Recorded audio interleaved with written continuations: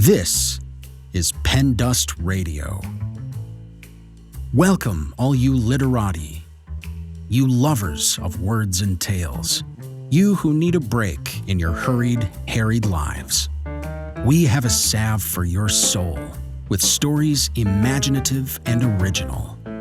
Short stories, riveting fiction, and wildly creative nonfiction. Pen Dust Radio. Definitely not the same old story. Please visit us at pendustradio.com.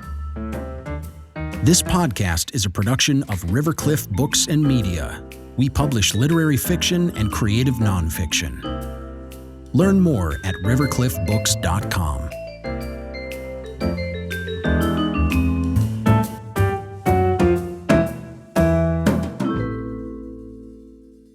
Every couple has their favorite place. For Margaret and Bernie, it was the popular film world hangout, Hideaway Lounge, a Hollywood watering hole for cameramen, wardrobe mistresses, and carpenters located at the Sunset Inn. Hideaway Lounge is the story of Margaret and Bernie's long marriage, told through a series of nostalgic flashbacks to Hollywood of the 1950s, alternating with the present day. As they near the end of their long lives, the couple hatches a surprising plan, and one fateful night they return to the Sunset Inn where they first met 60 years earlier. William Torfey's fiction has appeared in numerous magazines. He is a host and frequent reader at Lit Crawl in San Francisco, where he serves the arts community as an exhibition curator. This story is copyright 2020 by William Torfey. This recording is copyright 2020 by Rivercliff Books and Media. All rights reserved. This is a work of fiction.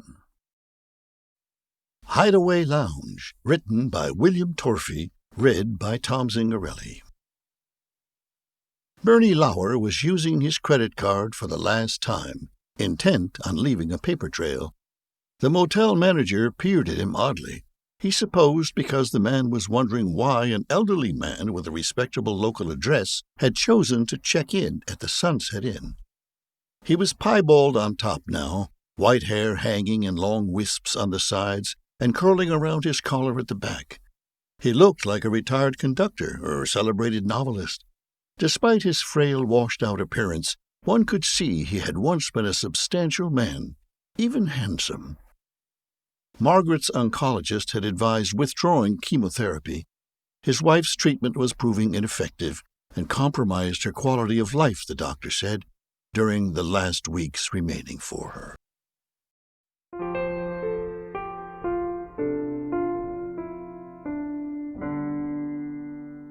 Bernie spotted the article in the L.A. Times. The Sunset Inn was described as a crumbling relic from Hollywood's heydays, now slated for demolition to make way for yet another mini-mall or fast food restaurant. The story and accompanying photos included a profile on the film director who planned to use the motel as the set for his latest project before its destruction. He brought the article into the bedroom. As he read the story to Margaret, her face brightened. She grabbed his arm and attempted to sit up. "So, our honeymoon motel's getting some attention in its sunset years," she joked, her voice weak, but still spirited and beautiful, Bernie thought. Her hair had turned white long ago, thin now from the chemotherapy, but her face seemed as luminous as it was on that day they first met. She grabbed his hand. "I want you to listen to what I have to say."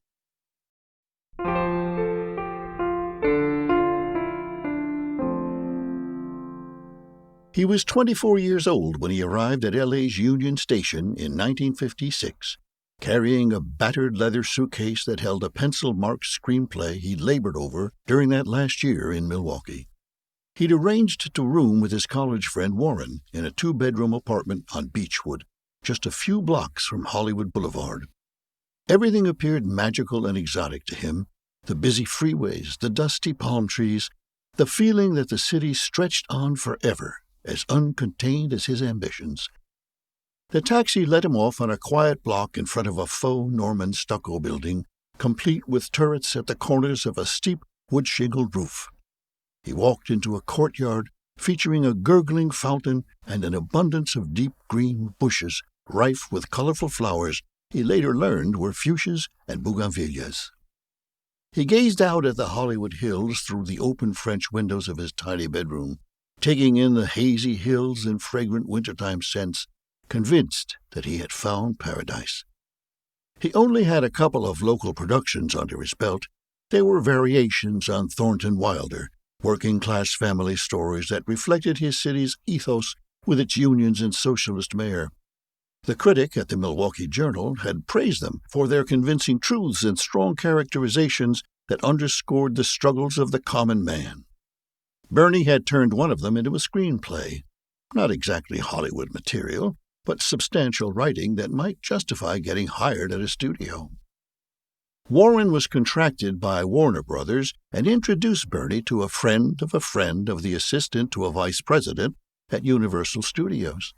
The assistant placed Bernie's screenplay in the inbox of a VP, who, despite the distractions of drink and dames, read it over a weekend in Palm Springs. Warren reported the office conversation to him third hand.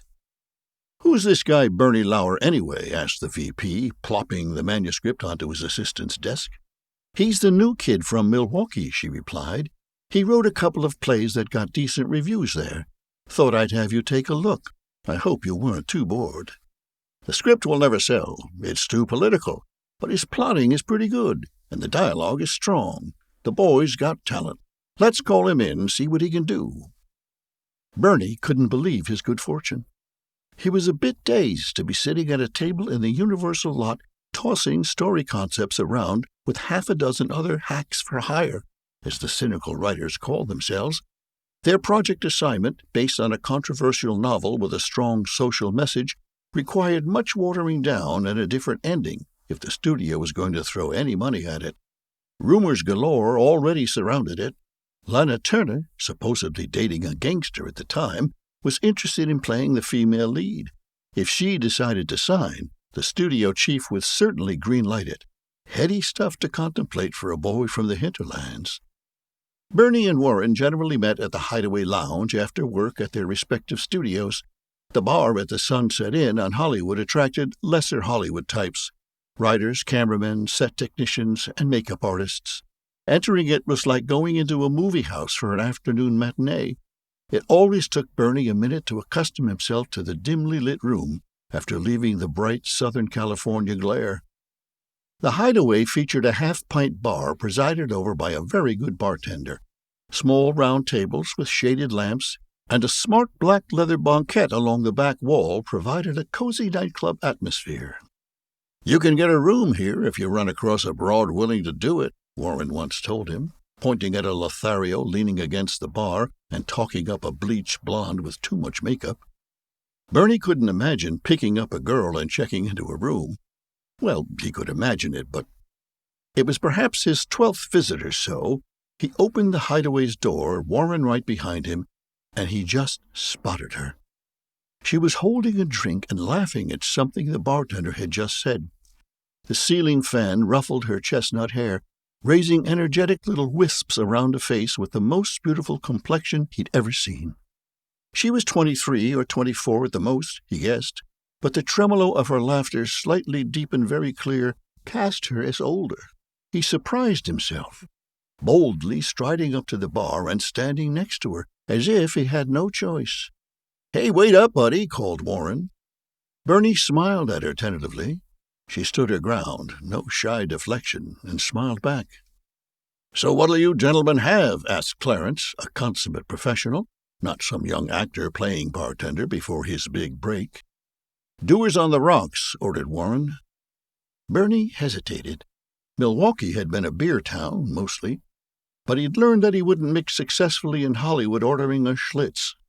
He pointed to the amber-colored concoction she was holding. "I'll have what she's having." Warren shot him a glance of approval. His neophyte friend from Wisconsin was putting the make on. Bernie met the woman's eyes, brown and filled with playful amusement. As far as he could tell, she wasn't wearing any makeup. She didn't need it. "What are you drinking, anyway, if I may ask?" "Yes, you may ask. It's a Manhattan." She offered her glass. "Would you like a taste before Clarence mixes your drink?"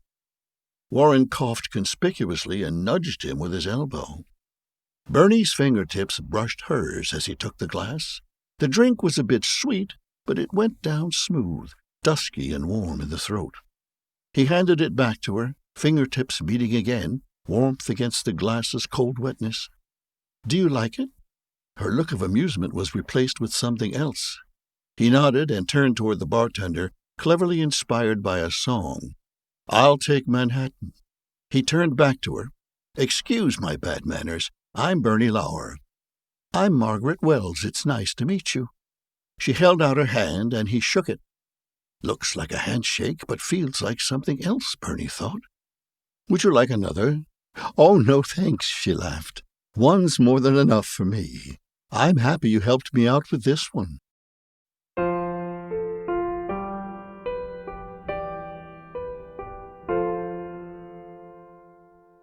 Margaret made her case quietly, rationally. Bernie told her that he wouldn't even consider it. Her matter-of-fact resolve shocked him. They held hands in silence until she fell asleep. Margaret continued to press him. They weighed the decision for weeks. He broke down one evening, telling her that he might agree with one stipulation. "I want to do this with you. It's the only way I can help you." She looked horrified. "No, Bernie, you won't. It's me who's dying." He told her that she was everything to him, that life without her was not life at all. "You can't be serious," she said. "I won't help you if you don't agree." He worked on her every day until he thought he'd convinced her. She would shoot him a look mixed of contrition and appeal. "Are you sure you want to go through with this?" she asked again and again. "I wouldn't blame you if you wanted to bail out." "I've never been more certain of anything since the day I asked you to marry me." She managed to muster a smile. The pain was terrible, but it had been much worse. A little less pain, and she nearly forgot its sharp insinuations, its set course. He stroked her forehead.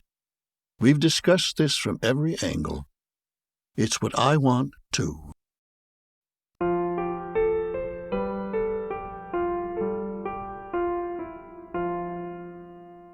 The Hideaway Lounge was packed by 6 p.m., but they barely noticed. "Do you work at one of the studios?" Margaret asked. "I just started at Universal," Bernie replied. "You're a writer." It wasn't a question. "How did you know?" "You look like a writer." "You mean I'm not a handsome, well-dressed actor, soon to be a leading man?" "I mean you look smart and sensitive." "Sensitive, maybe. Smart, I'm not so sure. What are you working on?" "It's only speculative at this point. I sit in an air-conditioned room with other monkeys. We toss around various ideas until we come up with a banana ripe enough for our boss to consider it worth peeling." "So I guess you're the monkey who comes up with the bad metaphors." He laughed. "You could say that." Their conversation was easy. They deserted the bar and slid past the tables to sit in the corner of the banquette. He needed to find out more about this Margaret Wells, or at any rate just be with her, swimming in the wake of her voice and its composed buoyancy. She told him that she was an assistant to the president of one of the film workers' unions. "The cameramen, wardrobe mistresses, and carpenters, they make entertainment in America possible, just like auto workers make it possible for Americans to drive." It was tough, she said, organizing the workers with the anti-communist crusade going strong.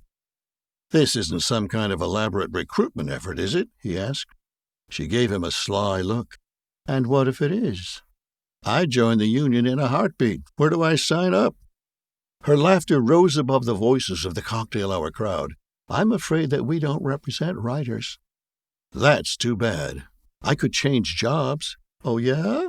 "Sure, I'm a pink diaper baby. My dad's a socialist union man and a big supporter of our so-called commie mayor back in Milwaukee. I voted for him just before I blew town." A man after my own heart. She was unbelievable, this Margaret. She didn't wait for cues, but initiated them like she understood his need to be led a little away from his desk and typewriter and made-up stories. A photographer carrying an Agifold camera with an oversized flash approached them. She was making her usual rounds of the watering holes, hoping to pick up a couple of good shots for the Hollywood papers, starlit huddles with agent in hideaway, that sort of thing. She recognized Margaret, who often accompanied the head of the union at press conferences. She didn't recognize the guy who wore a suit too heavy for Southern California. "Hi, Sally. This is Bernie Lauer. He's a writer at Universal." "More a scribbler than a writer," he deferred. Margaret put her hand on his arm. "Don't you believe it. He's one of the best in Hollywood." He laughed. "I should hire you as my agent." Sally pointed her camera at Bernie. "So, what are you working on?" "Nothing special," he said. The studio had sworn them all to secrecy and would have his head if he let the cat out of the bag.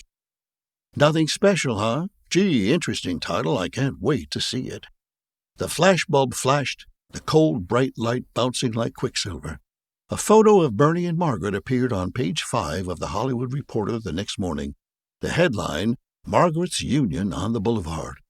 She was smiling at the camera, poised, holding her drink in midair. Bernie was identified as Hollywood's hottest new screenwriter. He looked serious, even a bit irritated by the invasion of privacy, some reading into it that he wasn't pleased to be interrupted while on the make.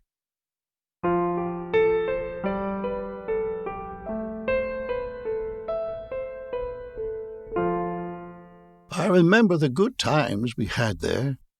Margaret's voice was weak. "The tiny lounge, so warm and intimate. It always seemed a surprise to enter it from the street." His gnarled hand touched her shoulder. "You were my surprise." She pushed herself up against the headboard, a brief flicker of unexpected energy.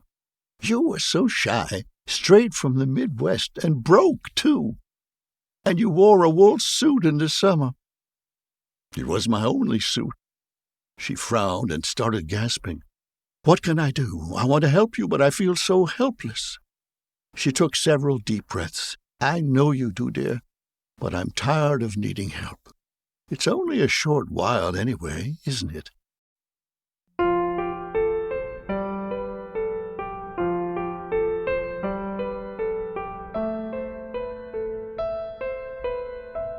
Their first meeting at the Hideaway marked the true beginning of his life in California. On their 5th date, Bernie worked up enough courage to ask her if she would spend the night with him there at the Sunset. He was surprised by Margaret's response. "I thought you'd never ask." Bernie hightailed it to the motel's office, paid for the night, and picked up the key for the last vacancy, room 16. For the sake of discretion, Margaret left the Hideaway separately and rejoined him in room 16. He had confessed that he was still a virgin. She led him through a revelatory ritual of stroking, kissing, caressing, and ultimately passionate joining. He felt doubly lucky, his first time and with someone he loved. They became regulars at the Sunset Inn during their courtship. Warren, only half joking, suggested they choose the motel for their wedding reception. "Hey, the rooms at the Sunset are cheap, and you'll find most of the guests drinking at the bar after the ceremony anyway." "The Sunset is too small," replied Bernie, smiling. "I think Margaret's inviting the entire union membership." His guest list was limited to a few writers from the studio and friends he'd made at the Hideaway Lounge. In the end, their wedding took place at the Roosevelt Hotel. As Warren had predicted, after the festivities, more than a few guests broke for the Hideaway Lounge for a nightcap. Bernie and Margaret settled into a small apartment on Ivar that had a sunny patio and a walk-in closet that accommodated his desk. In 1958, Margaret was subpoenaed before the House Un-American Activities Committee. "The witch hunters must be getting desperate," she declared. "I'm just the union's glorified secretary." She was never actually called to testify, but a subpoena was enough to make some people, even several friends, keep their distance from her, and by extension from Bernie.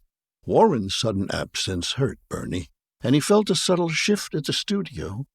During his first 2 years there, he had risen rapidly among the ranks of writers, but he began to feel his stars sinking. Was it due to studio politics or national politics? Had the studio execs decided he didn't have what it took? At least he still had his job. Entering the writer's room one Monday morning, he noticed 2 vacant seats that had been occupied by guys with whom he traded script ideas on Friday. "Where are Max and Joseph?" he asked. The head writer answered tersely. Their loyalty was called into question, and they were fired. His explanation sounded rehearsed. He complained to Margaret that night. "I came to Los Angeles to escape Midwest provincialism, only to feel handcuffed in a conspiracy constructed by commie hunters." She scowled. "It's called guilt through free association.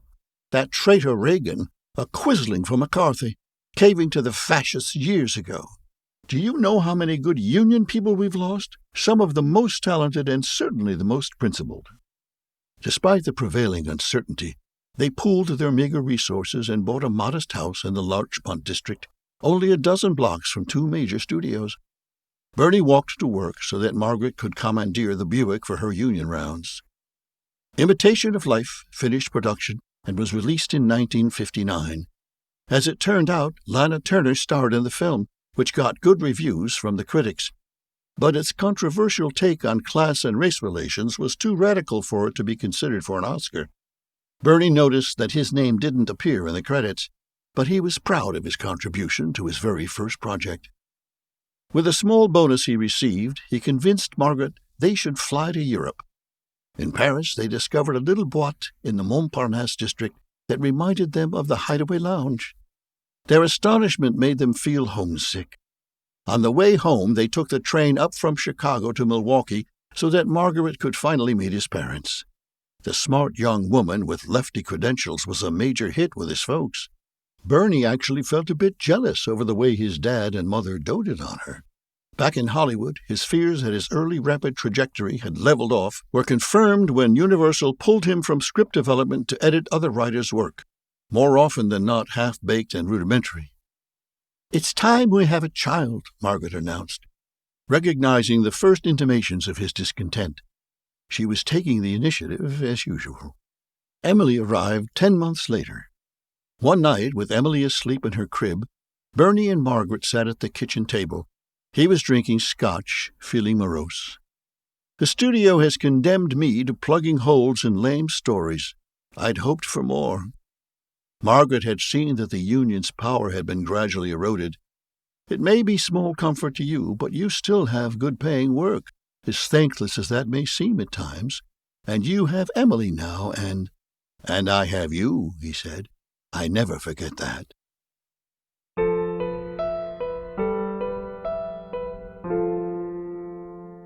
"I'm worried about Aaron and Emily. Do you think our letter will help them understand our decision? Do you think they'll be able to forgive us?" "I don't know, Margaret. You shouldn't worry about that now." She pushed herself up with a groan. "We do know how awful it will be for them, though, don't we?" It would be terrible for Aaron and Emily. Inexplicable. They had tried to make it easier for them, expressing their love, assuring them that they were fully aware of what they were doing. All the practical and legal matters had been taken care of, and instructions left with their attorney. "You know," she whispered, "you could still carry on without me." He kissed her on the forehead. "No, I couldn't."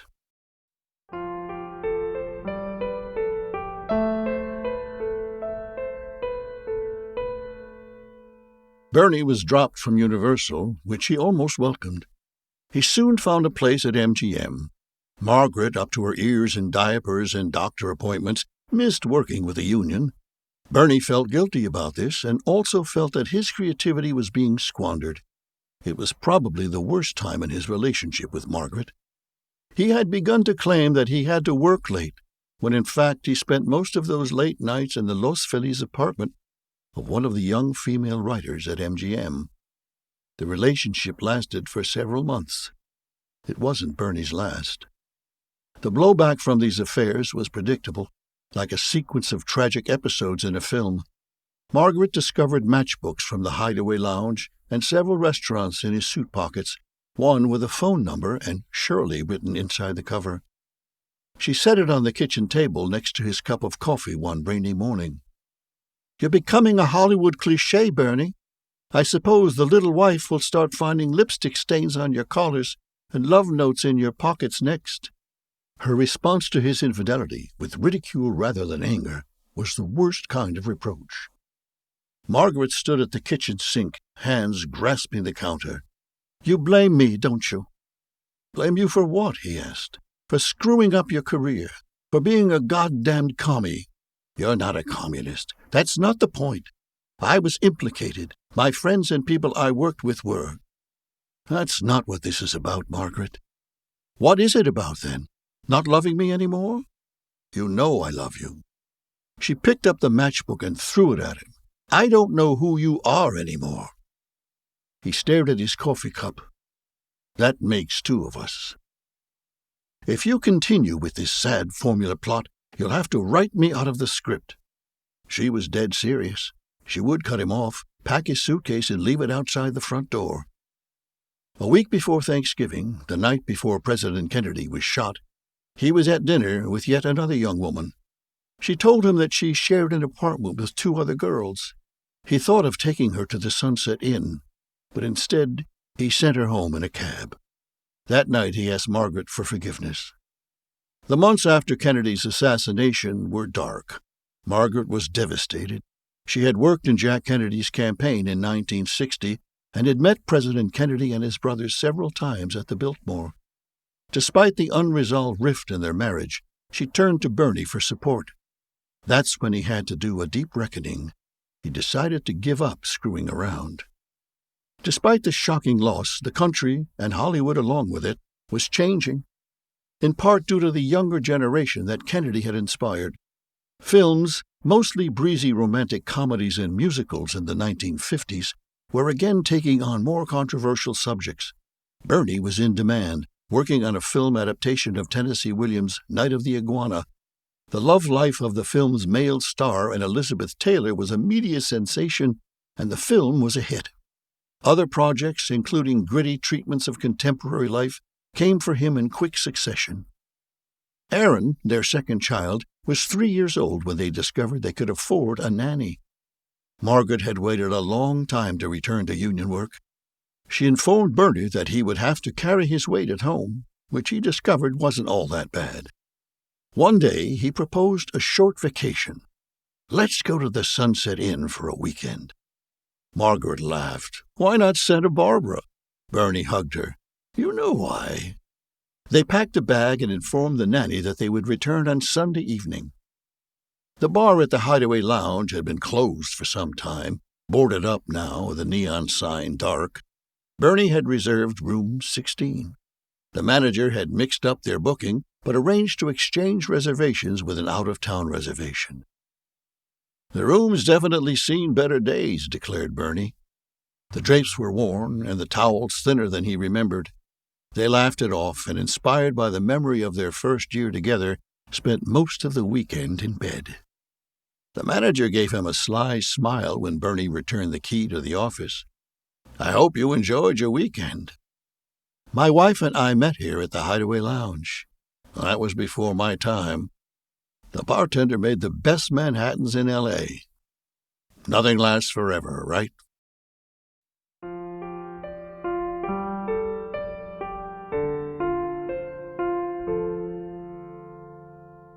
Bernie eased Margaret out of their bed. She sat at the long-abandoned vanity, brushing her hair and putting on a bit of makeup. She directed him to find the dress in the back of the closet. "I kept it. It's the one I wore for our wedding. Remember?" He helped her with the tailored woolen suit in peach tones, now several sizes too large for her shrunken body. Bernie drove to Hollywood, holding Margaret's hand. The Sunset Inn had fallen from grace. Bernie spotted several men, day laborers, he thought, entering and leaving the door where the Hideaway Lounge had once been. He didn't recognize the manager, a man whose dour demeanor matched the motel's dreary appearance. When he returned to the car, one of the day laborers kindly asked if he could help him move Margaret from the car. Bernie thanked him, but shook his head. He needed to do this by himself. The room where they had spent their first nights together had certainly aged along with Bernie and Margaret. Its sagging curtains, stained carpet, the astringent smell of disinfectant hiding the odor of mildew made him hesitate. Had they made a mistake? He helped Margaret settle into the bed. She smiled at him before he returned to the car to retrieve the suitcase. It was nearly empty, just bedclothes, a shaker of Manhattans, and the pills. He tucked a few $20 bills under the lamp base for the maid, who might be the first to find them. In their letters to Emily and Aaron, Bernie and Margaret emphasized that they were not despairing. "We met 60 years ago and knew we were destined to spend our lives together. It was miraculous, really, how we found one another. We've decided to take our leave where we began our lives together. We love you and are very proud of both of you." Margaret was clearly in great pain. He tried to make her as comfortable as possible, propping up her head with pillows so that she would better be able to swallow. He counted out the pills, 2 neat pyramids piled on the table, and then, hands shaking, carefully transferred them to plastic cups.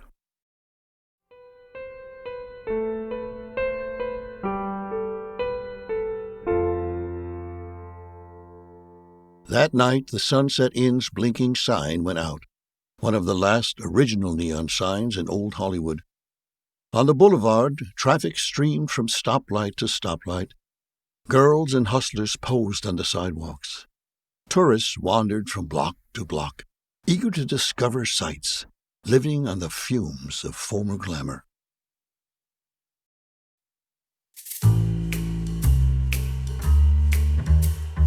Thanks for listening to this episode of Pen Dust Radio. For more information or to submit your writing to the podcast, please visit pendustradio.com. This podcast is a production of Rivercliff Books and Media. Learn more at rivercliffbooks.com. The story featured in this episode is a work of fiction. Names, characters, places, and incidents are the product of the author's imagination or are used fictitiously. Any resemblance to actual events, locales, or persons, living or dead, is entirely coincidental.